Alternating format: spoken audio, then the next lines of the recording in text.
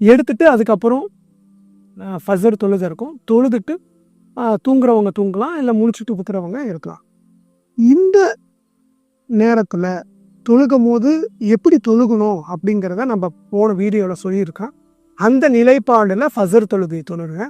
தொழுது முடிச்சதுக்கு அப்புறம் நோன்பு துறக்கிற வரையும் என்ன பண்ண போகிறோம் அப்படின்னா, உணர்தல் அப்படிங்கிற ஒரு சாட்சி பாவனை பயிற்சியை மட்டும் இந்த கெஸ்ட்டு ஆட் பண்ண போகிறோம். வேறு எதுவுமே செய்ய போகிறதில்ல. காலையில் வேலைக்கு போகிறவங்களா இருக்கலாம், இல்லைன்னா காலேஜ் போகிற பசங்களாக இருக்கலாம், இல்லைன்னா ஒரு பிஸ்னஸ் மேனாக இருக்கலாம். எந்த வேலையாக இருந்தாலும் அந்த நாளில் நம்ம என்ன பண்ண போகிறோம் அப்படின்னா, வர எண்ணங்களை ஜஸ்ட்டு கவனிக்க போகிறோம். எதுவுமே செய்ய போகிறதில்ல.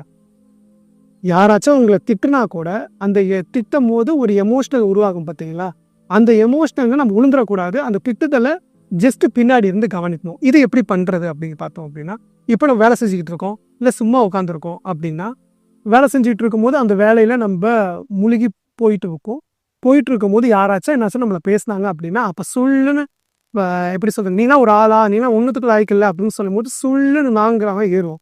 அப்போ என்ன பண்ணணும் அப்படின்னா, ஜஸ்ட்டு அந்த இடத்துல ஒரு இடைவெளி விட்டு மூச்சை கவனிச்சுட்டு அந்த எதுக்குமே ரியாக்ட் பண்ணாமல் கம்முன்னு இருக்கலாம்.